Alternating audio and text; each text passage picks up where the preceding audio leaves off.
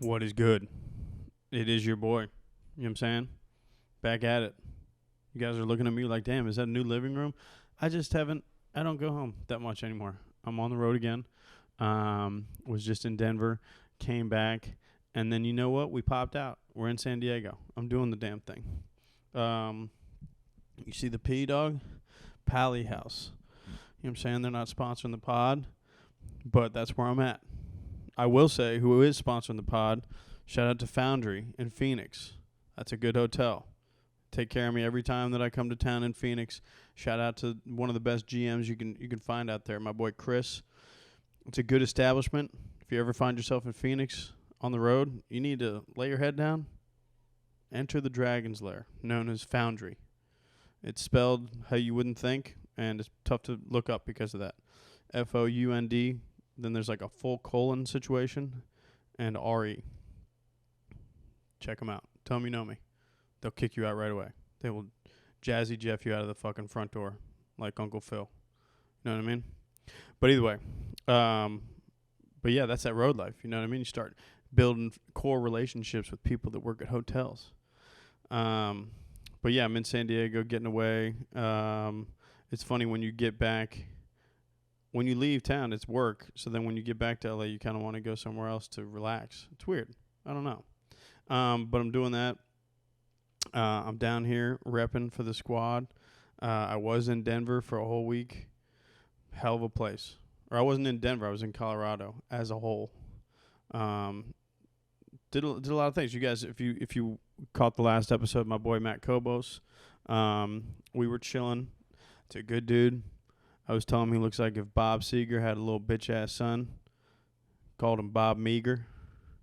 That's a deep reference for anybody that understands the importance of Bob Seger's music and understands what he looks like. Because Kobos kind of does look like Bob Seger. He, couldn't speak with his chest. You know what I mean?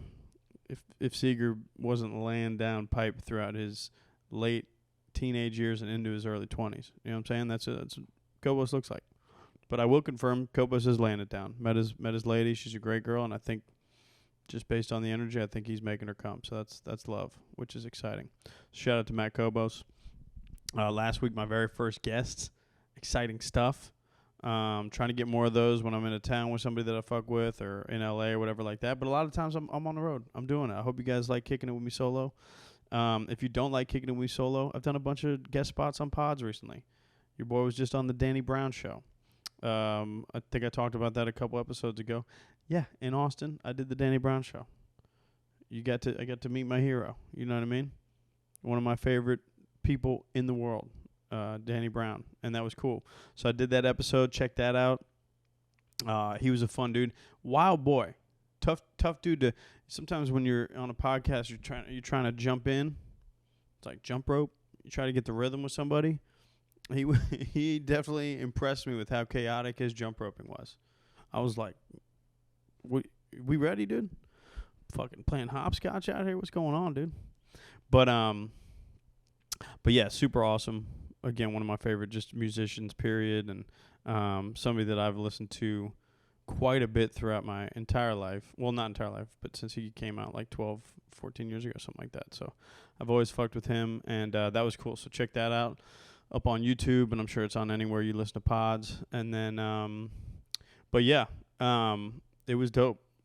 Colorado was dope, though. I'm back. I loved going to Colorado. It's one of my favorite places to go to visit. I operate better at high elevation. I've always thought that about myself. Shout out to Flagstaff, Arizona. When I go now, I'm really well connected enough where like I know a guy like Kobos who's kind of like one of the main dudes there, but also really well connected with some of my better friends there. Like the dude that I stay with that I mentioned, Brant Tobler, is one of my better comedy friends. Known him for almost as long as I've been doing comedy. So that was cool. I got to catch up with him at the end of the week. You see some of your homies. Got to do Comedy Works, iconic comedy room. If you don't know, if you're deep in knowledge of stand-up comedy, you might know this, but a lot of people just don't know it. And people always be like, "What's the coolest place you've ever performed?" Comedy Works downtown Denver is one of the best stand-up comedy clubs in the country, just based on, first of all, professionalism. It's ran by good people, all that shit. That always helps. But at the end of the day, it's like things like low ceiling, or like the way that the room is set up is huge. Like, they're in a basement. That's great. I don't know why, but people are funnier when you bring them underground. I don't know. Do some scientific shit on that, but it checks out. Okay, I promise you that. High elevation and underground, big. It's also like right in downtown Denver. That helps. Just having like a place that's like just central for anybody, so you get all walks of life. You might get some people from the burbs that are driving in, but also like you get people that live there, and then you get people that are just traveling in. It's right there for everybody, so it's great, centrally located. But like, it's something about that room. I don't know. It's just laid out one of the best ways possible. It is a great room. If you're ever in Denver and you enjoy stand-up comedy, go see a show there. It always rips. So I got to do that. That's like a blessing every time. It's just cool to be on that stage. And Denver also has like a great community of stand-ups too. So it's always good to see those people. Did that. And then I did 2 shows in Denver. And then I went to Fort Collins, which is the Comedy Fort, ran by the great David Rodriguez, D-Rod, fellow Suns fan, a good man, a dude that has emotional attachments and memories attached to Kevin Johnson and the 1993 Phoenix Suns, has a fully formed opinion on Dan Marley, understands the importance of Tom Gugliotta after the waning years of that run, and it's like, who's this guy? Well, he's going to be fun for a couple years, stuff like that. Penny Hardaway means something to him in a weird way through the Phoenix Suns lens. Grant Hill, late career stuff matters, so we get along on a lot of that stuff. So he went to Arizona State and then lived in Phoenix for a number of years. But he's from Catalina Island, which is just weird. I think I mentioned that on the Catalina Island episodes a few episodes back. But this is my buddy that he owns a comedy club in Fort Collins. Also grew up in Catalina Island. Figure that out. Kind of strange life, but good dude. Hard vouch. Amazing comedy club. Got to do 3 shows there. 1 Friday, 2 Saturday. Working a weekend, baby. And then what are we gonna do? We're gonna go to Boulder. End the week in Boulder on a Sunday, among just the most woke, liberal community you'll ever see. If you haven't been to Colorado, I did do a breakdown of Colorado. I might share this joke on Reels, but I'll spit it to you real quick. You haven't been to Colorado. It is, first of all, just aggressively white. I don't get that much. But then Fort Collins is if you love Denver but you don't love minorities. It's a smaller version of Denver with less brown people. Colorado Springs, to the south, about an hour south of Denver, is if you just don't love minorities, that's your spot. They're going to be on the same mindset as you there. Unless they're serving our country, then God bless them. We love them all down in Colorado Springs. And then Boulder is if you love minorities but you don't know any personally. That's Boulder for you. Super supportive of the minorities, just not aware of any in my life. Not friends with one of them. Here for you, though. Put a flag out in my front yard. That's what Boulder is. Just, so that was an interesting room to end the week on. They, you know what? They loved me, but they didn't laugh a lot audibly. It was one of those shows where I only did 40 minutes because it was a different layout of a show, or I might have done 35. And whereas I'm all weekend I was doing 45s to an hour. And they, after the show, a lot of people were like, you were great. But when I was on stage, half of the people were just listening, not really engaged. But those same people after the show were laughing my head off, bud. Laugh riot over here. It's dude, just audibly laugh. Audibly laugh. Let me hear you. But it's a community where you don't want to laugh at the wrong things. People might pass judgment. So that's a fun thing. But I did have some exciting stuff happen this week, and I want to break it down for you. I got to maybe get better at teasers up front. I don't know how these things work. But let me tell you right now that it finally happened. It finally went down for your boy. But I did a show in Overland, which is a community about 15 miles south of Denver. And I finally had a dude pour an entire beer on my head after a show. In not a cool way. In not a like, hey, I bumped into you. My bad, big dog. Your boy was Puma'd up head to toe. He spilled on my brand new, very nice looking orange Pumas. Creamsicle. Was just bragging about them the other day. Spend a lot of days bragging about them. Big fan of these shoes. I think they have a fucking Saison on them now. A raspberry Saison, dude. You gonna pour on me, you motherfucker? But let's fucking Tarantino this thing. Bring it back to the beginning. You know what I mean? Maybe I'll show you the end. Let's go backwards. I don't know. Is that Tarantino theory or Chris Nolan? We can Memento this bitch. You know, whatever. You guys get it. What I'm saying is, let's bring it back to the top. So what was happening is doing shows. Kobos runs these shows out of this brewery called Ratio Beer Works in Denver. Good beer. Also, they got a Mexican lager I would vouch for. It's called Cityscapes. I'm into it. You guys know me. I'm Modelo Mikey. Like a good Mexican lager. This one was good. Pairs well with your taquitos. Okay? So, but I did 2 shows. I did one in Denver in the Rhino area, River North area of Denver, on Wednesday. Super fun. Packed out show. Just jam-packed. Very fun. Everybody was... It was also really cool because people were there to see me. Like, not everybody, but like there was like a good amount of people that came up to me and they were like, yo, I fuck with you. And that's why I'm here. And that's cool. That means that we're building momentum. And any of you people out there that fuck with me, dude, tell 3 friends each week that you are alive. Tell 3 friends about me. Based on my math skills, that like, you know, obviously degree in communications, pretty well educated dude. If you tell 3 people about me every week, within like a year, 1 million people will know about me. I'm pretty sure. If those 3 people spread it to 3 more people. If we period scheme my fandom, you guys, I'm famous by fucking Thanksgiving. So lock in. You know what I mean? Just tell 3. Have them tell 3. Make a blood pact. You know, and I think I won't be doing free shows in Denver anymore where people pour beer on my head. So either way, Rhino was Wednesday night. Thursday night was another Ratio show in Overland, which is a town south. And it's their second brewery. This place opens. It's newer, whatever. I don't know if that even matters. I'm just trying to paint a picture for you. And I'm closing these shows out. There's like 4 comics and then me, and I'm doing like 30s on these. So I get up on stage, about to do 30 minutes, closing it out. Fun room. People are there to see me. Had some ASU homies come pull up. You know what I'm saying? Shout out to my boy Sioka, who I know is listening right now. The fellas came through. And then there was a couple other people too. That was really dope. So that was cool. I was jacked up.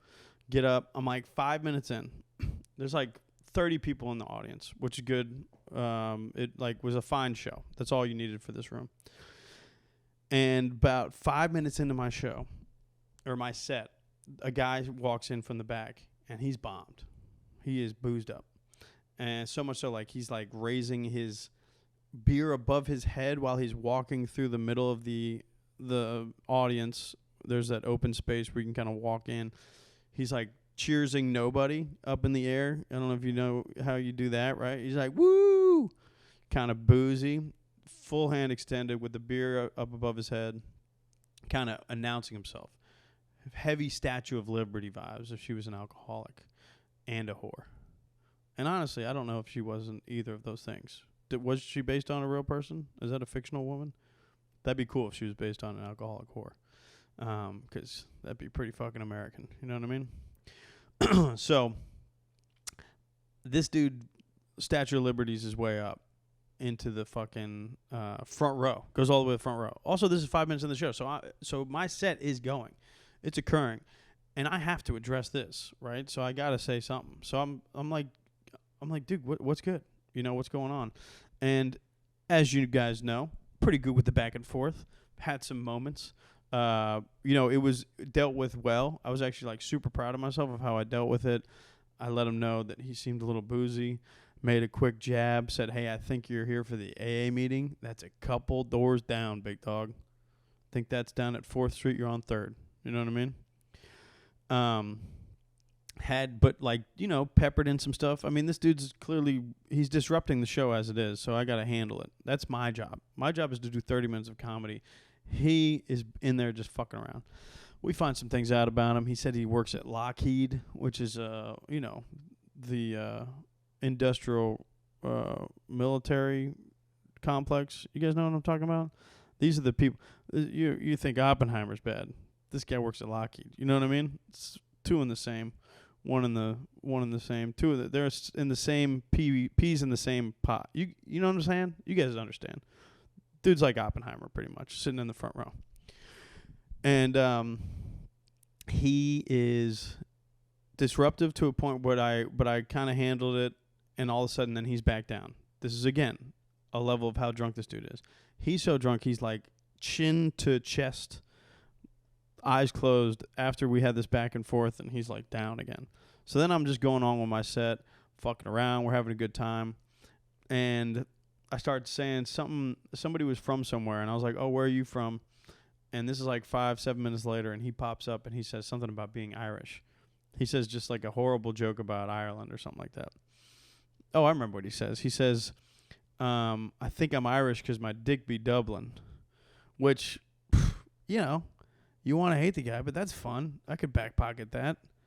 I might be talking to an Irish broad down the line or some dude from Ireland and kind of just, up on stage. Okay, maybe I'm a back pocket this comment, documenting these things. I want to hate this guy, but I'm like, that's fun. You're an idiot also, and you're still drunk. So he goes back in. We're engaging back and forth, and I, comment on that, and then I get off of it again. But he's just being like disruptive, so much so that it's fucking annoying. And he goes back though. He goes chin to chest again. So now he's out. So like at this point, I'm playing like the weirdest game of Don't Wake Daddy that you've ever played. I got probably like 15 minutes left of my set, and I'm trying to not wake this motherfucker. I feel like fucking The Hobbit. You know what I mean? Remember Benedict Cumberbatch is that fucking dragon, and you're trying to like sneak in there, snatch that gold or whatever they were trying to do. I forget the storyline of the third Hobbit film. Also, why'd they make so many? They should have just clipped it, made one. I grew up with one. It was animated. We knew everything. You know what I mean?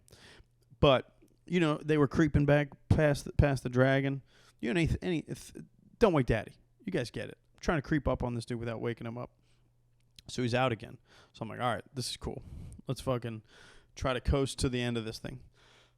Then, like 8 minutes later go by. We're kind of edging towards the end, and then he comes like, he's up. It's like somebody almost like jabbed him in the stomach, and he's like awake. But he awakes, and I swear to God, he says something about how Building 7 should be investigated, and he has a whole 9/11 perspective. And then I'm like, dude, is this my guy? Is it, you know what I mean? Like, I've never related to an audience member more. This dude's clearly got a drinking problem. He's pretty depressed. He pops up every once in a while, talks about being Irish and 9/11. You kidding me? I want this to be, you know what I'm saying? So I'm going back and forth, sprinkle some 9/11 stuff in there. I'm trying to handle him, though. He's back up. He's like a bull. When he gets up, you're just fucking trying to like get him back in, harness him in. Come on. And he's back up all the way, just kind of fucking around. So then I'm trying to chill him out again. At this point, I tell him that I am fucking done with him. I told him, I think earlier in the night, I told him he looked like Vincent D'Onofrio in Men in Black. This is, again, painting a picture for you guys. Super accurate. Got a pretty big pop. If you don't know, Vincent D'Onofrio is the guy that was pretty much a cockroach in Human Skin. So, good burn. Fun stuff. Good reference to anybody that remembers that classic film from 1996. And then he's up talking shit again with this. He does the 9/11 thing, and then he's up like he's rambunctious again. So then I tell him he reminds me also of Vincent D'Onofrio in Full Metal Jacket, and I hope he goes the Kubrick route. You know what I mean? And this doesn't spoil much. It shouldn't. The film's almost probably 40 years old by now. He doesn't make it to the second act of the movie, if you know what I mean. Ends pretty poorly for Vinny D in that one. But at this point, I hope this dude goes that route. You know what I mean? He's fucking my whole shit up. I'm supposed to do 30 minutes. We're having fun. Also, like, internally, I'm having internal dialogue. Like, I'm actually pretty proud of myself of how I'm dealing with this. This dude sucks. One of the worst audience members you can get is like, because you can't get him out. He's big. This dude's, again, I'm not like exaggerating. He is like Vincent D'Onofrio size. This is a big boy, formidable dude. And you know who ran this show? Kobos. I don't know if you saw him in the last episode. Not the thickest boy on the block. Also, this dude's in the front row. I've run shows like this a lot with Don't Tell Comedy and stuff like that, like independent shows. You can't really, to kick a guy out it's hard. It's hard. It's a whole thing is what it is. So I understand that they couldn't like get up there and get him out. Also, I'm handling it, so they didn't feel like they needed to kick him out. And so I finally get him on this conversation with it started with the 9/11 thing. Now I'm talking shit about Full Metal Jacket. I finished my beer within the back and forth, and I'm like, all right, because I kind of have him back on my side. He never really was off my side. This dude's hammered drunk. He's on nobody's side. He needs. Again, I was at some point I was like, dude, what's going on the home front? Like, I did ask that question on stage, like, are you good, my G? When did you start drinking? He said yesterday. This is a cry for help in the front row. But I still got a fucking comedy show to do. You know what I mean? Again, AA is on 4th Street. We're on 3rd. So he's fucking the whole thing up, and I have finished my beer. So I tell him, I'm like, bro, can you go get me a beer? Because he's done with his beer. I'm like, yo, go get me a beer. He goes and gets me a beer. He grabs my cup from the stage, and he goes and gets me another beer. But he walks out of the showroom, and in my mind, I'm like, yo, this is me doing fucking magic trick on stage. I literally got the guy that we all wanted to leave. He leaves the room, and I tell Cope, I'm like, dude, lock the door. Fucking close the door. But what isn't communicated to the staff is that he should be cut off. They fucking give him another beer. So, like 2-3 minutes later, he comes bumbling in again, and he's back in. And I got like 1 or 2 more jokes to do. I got like 5 minutes left in this fucking thing. Just trying to fucking land the plane, get out of there. Again, show's going fun. Everybody's having a pretty good time considering how annoying this dude is. He comes back in with the beers. He gives me the beer. And then he sits back down, and then I'm about to drink the beer, and he's like trying to cheers. He's like trying to cheers me. And I'm like, bro, I'm not cheersing you. I was like, you've fucked up this whole show. I'm not cheersing you. I'm not going to do that. That's like, I'm not enabling you to think that this is okay. And so he actually like physically comes towards the stage and he tries to cheers me. And I'm like, bro, I'm not cheersing you. And I take the glass and I drink my glass. And he sees that I'm not cheersing him. And he goes and sits down, chin to chest, passes out again. Crazy, dude. You know what I'm saying? He's out. But he's out now. So now we got Don't Wake Daddy again. Let's fucking try to finish the set. I got like 5 minutes left. I end up getting through it. All that shit. And now I'm off the stage. And I go back to the back of the room. And what do? I look at the camera that I'm looking you guys at. I also film shows on, as you guys see when I edit shit. And I realize that I didn't film anything. So I'm sorry for that. So if you just heard that whole story, there's no fucking video evidence. I got 7 people that will fucking vouch that this all went down.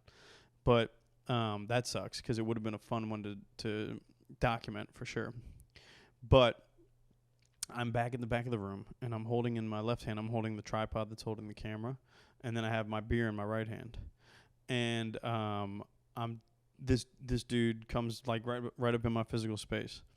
And I don't exactly remember what I said in this moment, but he's right next to me where I was like, and I'm not going to like back down or something like that. I wasn't like talking shit like I would have been on stage or something, but I was just like, yo man, like, hey, I got a job to do up there. You know what I mean? Thanks for letting me fuck with you, but that was kind of out of line. You know, but I didn't even get like that far into it. He said something again. He like kind of cut me off. And then I just was like, I have this camera in my hand and I'm like, yo, I got to go take care of this. I got to go put this away. Let me go do this. And he looks at me and he's like, oh, is that more important than the dude that bought you a beer?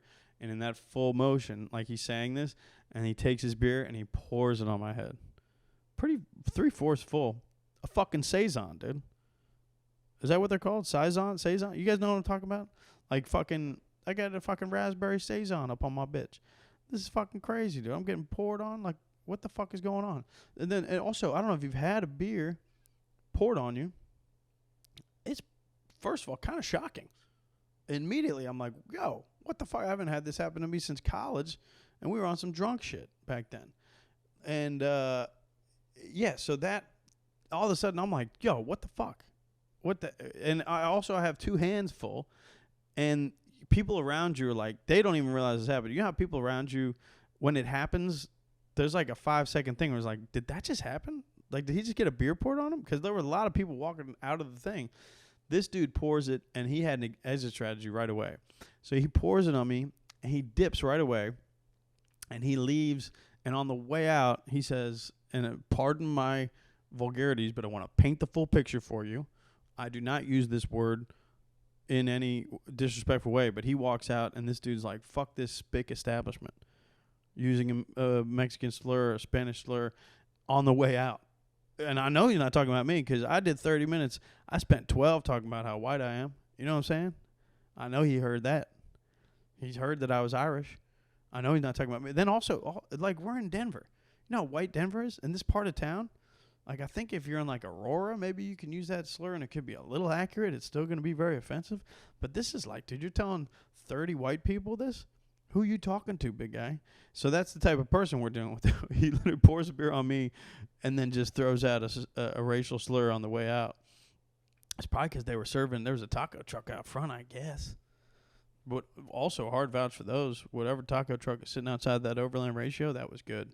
That's some fried cheese in there. I had the chicken with the green chilies. Very nice. But those people didn't deserve to be called that. I'll tell you that right now. And so this is the type of dude. So now I just got a beer poured on me. So that's how that went down. That is a Thursday night. The nice thing is he told us where he worked, and he had a tab at the bar, so we have his name, his full name.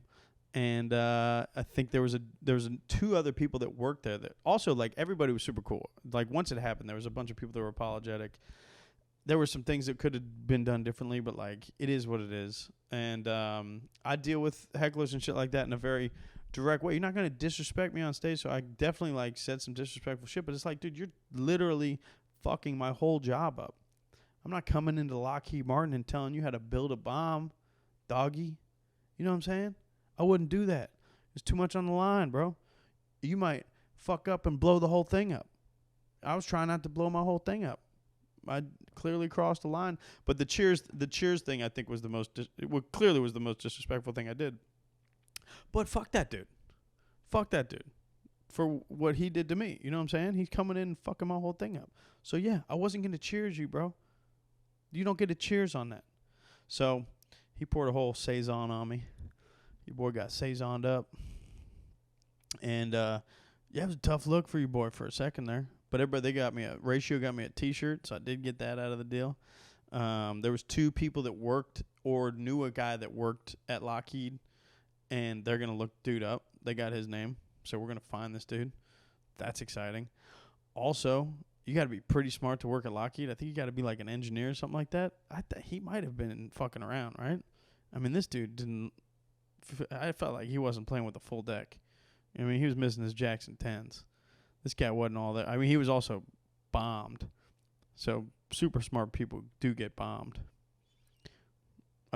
Shout out to Oppenheimer. He was drinking the whole time, drinking martinis. You know what I mean? That's an intelligent guy. A little bit of a booze bag. So, I don't know. Maybe he does work at Lockheed. But fuck that dude.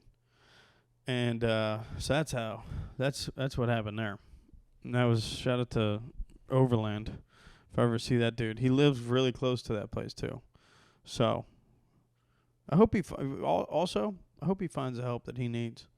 And also, to my point earlier, I've never connected with an audience member more. I get it, bud. I've never poured a beer on a man. But, what you think, I get frustrated with what happened on 9/11, too. And I'm Irish too, and I got a little bit of a drinking problem. So, call somebody. Figure your shit out. Man in the Mirror, dude. Michael Jackson song. Go in a dark room, that wouldn't hit you. You know what I mean? So that was that. That was crazy. And then also I'm sitting there like I'm 11 years in. I talk cash shit on stage. I was pretty shocked that I haven't had a beer poured on me. I almost got into a fight with a dude at a biker bar early. This is early. It's like 2 years in. to comedy at on the west side of Phoenix. Was a very sketchy place. Damn, I can't remember what it was named. I wish I did. And they used to do I don't know if it was an open mic. It was like a booked mic, and you would just it was horrible. You were literally like competing with 5 different things in a UFC fight every time, and nobody wanted comedy to be going on there. So you're literally like combating people just to be on stage with a mic, and this dude was clearly like, it was definitely like a biker bar type deal. West side of Phoenix gets fucking sketchy.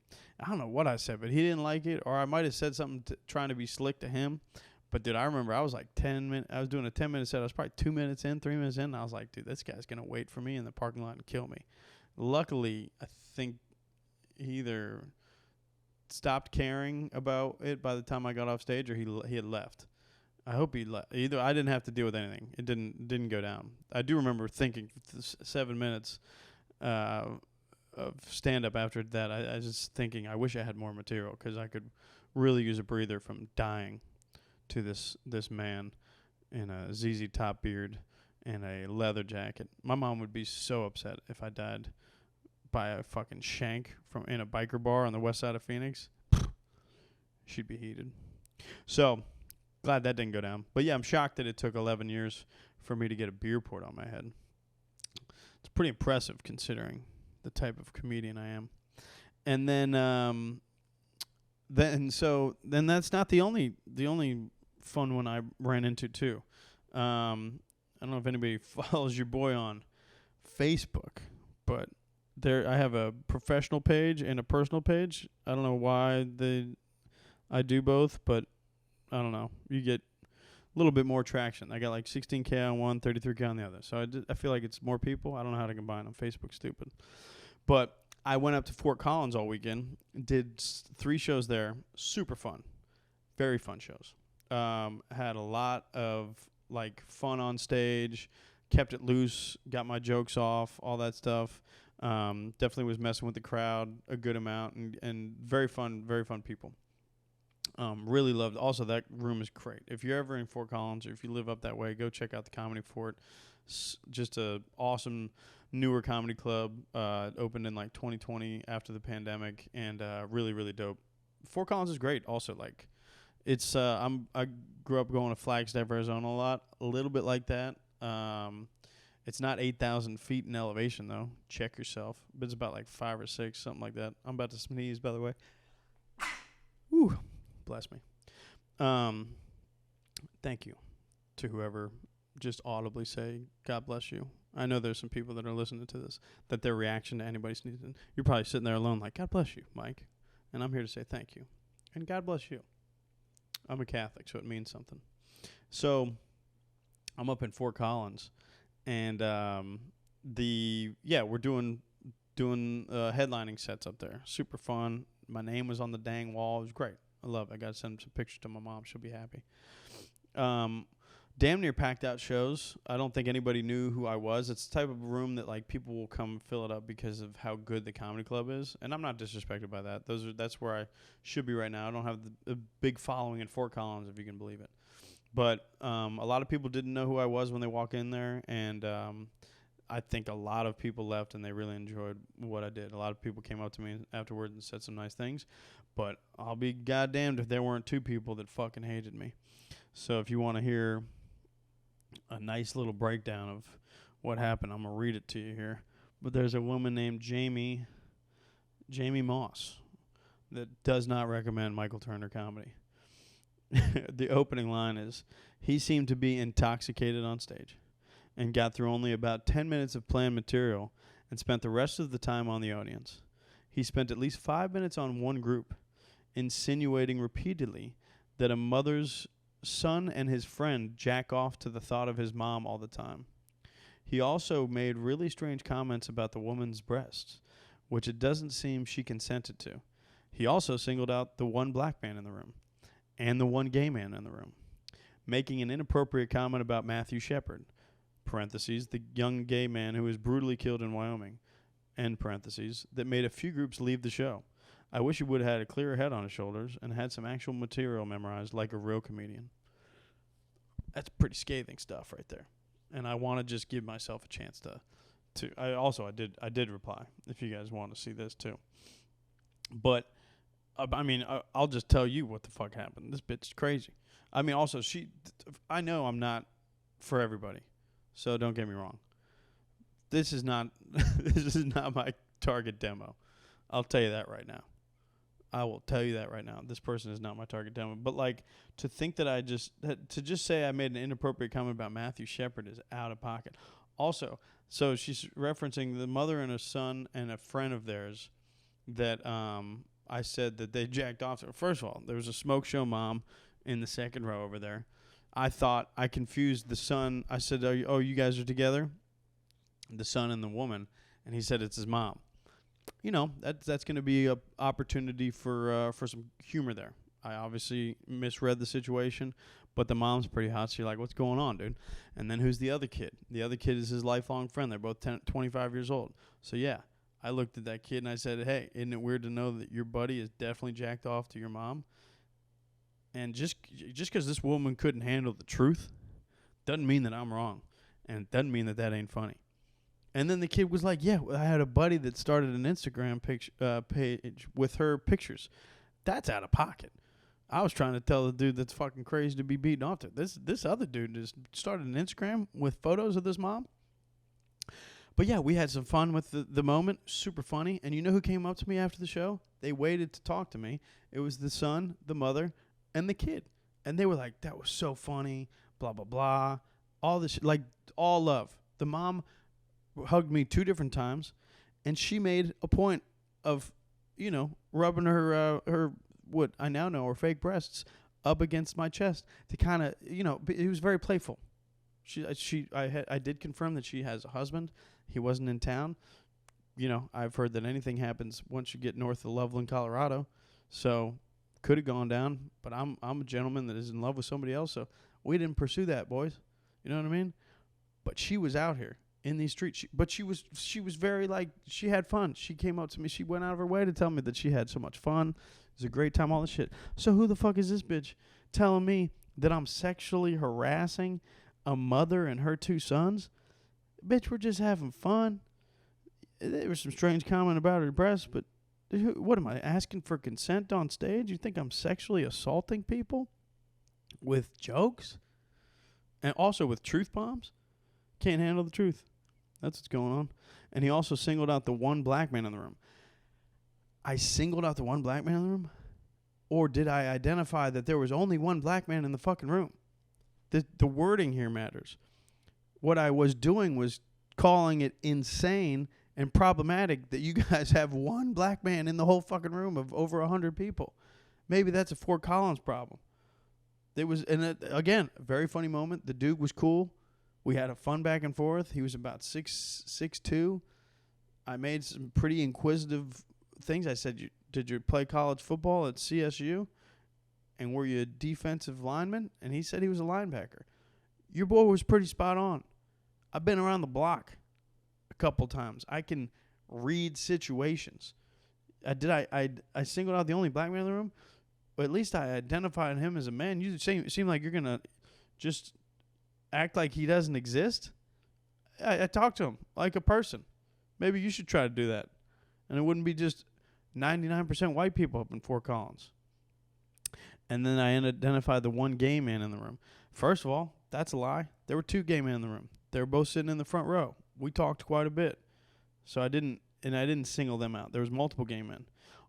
Also, I made an inappropriate comment about Matthew Shepard. What I was doing was I was speaking to the gay man, and I asked him when he came out to his family. He said about 26 years ago. I said, oh, damn, that was probably hard to come out around that time in this part of the country because that was when Matthew Shepard occurred. The young man that got killed brutally in Wyoming, which is pretty close to your community. The person, Jamie Moss, who's talking shit about me, I'm very aware of who Matthew Shepard is. It happened close to a place where you call home. And it was fucked up for this dude to probably come out of the closet around then to his family after that was in the news. So, yeah, I didn't make a fucking... Yeah, this bitch. Oh, I hate having to even defend myself because then you're on Facebook looking like a crazy person. But somebody puts something like that out, and if you just read that, Just say you didn't think I was funny. Just say that. Say less. You don't have to go all into it. And then either her girlfriend or boyfriend, I couldn't call it, but their name is Renee Call on the internet here. And just from the photos, look like they've made some choices that have, they might be, they. You know what I mean? They said that I need to prepare better material, and I basically sexually harassed some boys and their mother last night at the Fort Collins show. They were really bothered that what I said to this mom and her two boys. Well, let me tell you straight up, these are two 25-year-old boys that played hockey their whole life, and a mom that raised a boy that played hockey. They've heard worse. They've heard worse in their home every fucking day. And if she's banging a dad that raised a son that played hockey, yeah, she's been called worse. And she probably is into it, okay? God bless that woman. But don't come at me. This is what I hate. These motherfuckers, this is literally two people. They were both, and then I looked, then you're like on Facebook, you're angry. I'm like, who the fuck are these people? They're dating each other, Jamie and Renee. And they are two people that like are trying to tell me that I shouldn't offend people that weren't offended. That's what I fucking hate. They're trying to defend people that don't need to be defended. In fact, so much so that they didn't ask for your help.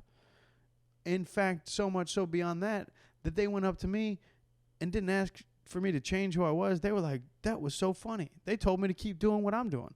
But you're on the fucking internet talking shit about me through the lens of them because you're so weak that you can't fucking laugh at a joke. Maybe don't go to a fucking comedy club. Renee and Jamie, but also keep supporting David in the Comedy Fort. So I don't know. Go see. Don't fucking Google me. If you'd have looked up two of my clips, you would have known that you would hate me. But not more than you fucking hate yourself, probably. So I talked shit back to her. I was like, the mother and the boys stuck around after, and they liked it. They're wholly capable of defending themselves. Blah blah blah. I was like, you could have used this energy to walk out of the showroom if you weren't feeling it. Renee clapped back and said, seems like you need to prepare real material rather than picking on the crowd, or maybe go to an AA meeting so you don't embarrass yourself on stage like you did this weekend. And then, oh man, she gets really mean. I hope you know that a lot of the people had free tickets and David was really trying to support you. If this is how you act when you're not even known yet, I doubt you'll make it. It's fucking mean. Then it just gets, these are people that have been treated poorly their whole life probably, honestly. But, I mean, you don't take it out on other people like that. I mean, I got thick skin. I'd obviously serve it up enough. But, you know, that at some point, that's just fucking mean. But I know that they're trying to be mean. They're trying to be mean. But also, I know David filled the room. You think I got pulled like that in Fort Collins? I don't give a fuck if you got free tickets. Did you have a good time? It's the middle of summer in Fort Collins. It's a college town. It's pretty depleted. I'm just happy that people came out. And that means that live comedy is still thriving. People had a great time. It's funny how good of a weekend I had. So good of a weekend that David hit me up and he said that all the feedback, excuse me, burping in the mic. I apologize. So much so that David hit me back up and he said that the feedback was so good that they're going to book me again next fall and I'll be back in Fort Collins. And hopefully I see Renee and Jamie there in the streets and we can fucking fist fight. Because if you're talking shit to me like a dude, let's fucking fight like some dudes. You know what I mean? Because I got two 25-year-old hockey motherfuckers with a mom with a great rack and they'll fight you too, okay? I'll bring the boys out. No, I'm kidding. I wouldn't do that. I'd probably just beg for their approval and validation. Just hope that they complimented me and follow me on Instagram. But, yeah, that's the shit that I was dealing with up in Colorado. But the crazy thing is, like, literally, so this one dude poured a beer on me. Everybody else in that room had a great time. Bro, I don't know. Maybe not everybody, but, like, 85-90% of the people all really enjoyed the show. This, in Fort Collins, I did 3 shows. You know, let's say there was 100 people there every show, 300 people. 2 people didn't have a good time. I'm sure there were some other people that probably didn't like me. If you don't know me, I'm definitely a comic that I do think I'm quite confident that you'll either fucking really love me, and there were so many people. I was walking around town the next like night or two. People were so complimentary. It was really a great positive experience for me. So dope, and it is a weekend where I always remember being like, oh damn, I'm in this community that nobody knew me on Friday night when I stepped on stage, and by Saturday night I'm walking around and people are like, yo, I saw you. That shit was dope. I had a couple of people go for the Friday show and the Saturday show because, to their point, I don't prepare all my material. It's pretty loose, right? I would say it's like sometimes it's like 50-50, see what happens, see what we can create. But I write enough shit where it weaves in and out. It looks like I'm thinking of all this shit on the top. But yeah, I've thought of it before because I've been at this shit for 11 years. But there was somebody that came to both nights because they knew that it would be so different. And it was dope. And they brought their friends the second night. And they said what up afterwards. And they were very complimentary about the experience that they were like, damn, we just saw you run it back. That's crazy. So it was a great weekend. It's a weekend that like mentally enhances my confidence and my, the way that I believe in myself on stage and shit like that. Like, it was so cool. I had some homies from Phoenix that were there randomly, that came through too. That was really cool to see. To have them show support, and even they were, it was nice to see them because they haven't seen me in a number of years, and it's like, yeah, you've gotten better, and I know I have, but you do get people like this. It's funny, like, we're talking 300 people saw me this weekend, but there's 2 people that are the loudest that didn't like me, and you just want to tell them like, dude, you just could have walked out. You didn't have to say all that shit. But the one thing I'll say is, if I do elicit that reaction more and more in the future, it's probably not a bad thing. It's weird, but you do want haters. Because if you ain't got haters, you ain't got lovers. So, but if you're out there and you follow me on Facebook, maybe give me a couple of 5-star recommendations. Because these broads just brought it down at 4.1. And I can't have my Facebook thing worse than my Uber rating. You know what I mean? The fuck's going on? But that's how that went. Otherwise, Colorado, pretty great town or state or whatever you want to call it. I had a great time. I loved it. I love mountain life. I love the mountain. There's like a nice thing about a medium-sized mountain town. It's very nice. Got some, good people. You got women with very formidable thighs. I think that's important. Everybody's got a dog. You got some views. You've got good beer typically. Typically good fudge. I think that's important. The smaller the town, the better the fudge. So I think that's something to hold on to. It's a nice place. So I go to places like that and I'm like, this guy could come here and just really run shit. But then you just leave and you're like, I probably would never move there. But Fort Collins is really nice. Boulder's cool. Never really spent too much time in Boulder, but I liked doing that show on Sunday. That was fun. And then, now I'm back doing this. But I am also, and this is also something that I wanted to talk to you guys about. I've been teasing it for a long time. I hope you guys are ready. But if you follow me on social media at this point, you've probably already seen this. But I am announcing a tour. I'm doing a tour this fall. And I'm super, super excited about it. Because as you know, I am a Cincinnati Bengals fan. To a fault, I would say. I love this team to a degree that probably no man should love anything. But I love them so much that what I've done this year is I've coordinated a tour where I will be performing a live stand-up comedy show in every city that the Bengals play a road game in. Starting with the preseason in Atlanta, Washington, D.C., here in August, and throughout the whole season. We're still locking in like confirmation for some of the later season ones. But if you're listening to this now, most of the tickets are live. At least like Atlanta and DC are definitely live. And then we go Cleveland, Nashville, Phoenix, San Francisco, Jacksonville, Baltimore, Pittsburgh, Kansas City. I think I actually nailed that. Either those are all the cities I'll be in. I don't know if that's the exact order, but I think I'm pretty damn close. So week 1 is Cleveland. We got Nashville is going to be super exciting. Phoenix, I'm coming back. I know a bunch of people fuck with me in Phoenix, so if you're listening to that in Phoenix, I will be back. I fucked up with the Tempe Improv show, with my health. I will not be unhealthy again. I will not have oral thrush. I will be there to dominate. What we'll also be doing before every single game is doing the stuff where I fuck with the fans, the man on the street stuff, where I go fuck with all the fans. So I'll be doing that with opposing teams of the Bengals this year. So I'll be doing that shit. And we're going to try to do some other stuff too, like get some vlog stuff in each city and really kind of do some more stuff here on the YouTube page. So I'm fucking excited. I've put a lot of work into coordinating this. We've got a show. So let's say, most of the games will be on Sundays, right? So the shows will be Saturday, the night before every game. I will be performing in any city that the Bengals have a road game in. And then the morning of the game, I'll be going and messing with the fans and filming that stuff. And then hopefully we're going to try to just kind of build this thing. So tap into the Bengals fan base. If you know anybody in any city that the Bengals are playing in, or you're traveling to any city, come through to the show. Tell your people. I want this to be a thing. I want this to be something that I do every year. So I'm super pumped. If you're as pumped as I am, come through to the show. If you listen to this woman say how I don't have any material, I'm probably going to keep it loose as fuck on these too. I want to talk shit about your city. I want to talk shit about your fan base. I want to talk shit about the Bengals fan base. We got plenty of people we can pick on, shit like that. So if you're a Bengals fan and you're traveling to any of these cities, go to that. I want to tap into the Bengals fan base too. But also, like, we're going to San Francisco, so we'll be in San Jose with the Niners fans. You got Niners fans? Pull up. You know what I mean? Like in Nashville, we're going to the Titans games. Pull up if you're a Titans fan. The Browns fans in Cleveland, I fucking hate y'all. Pull up. Let's talk shit.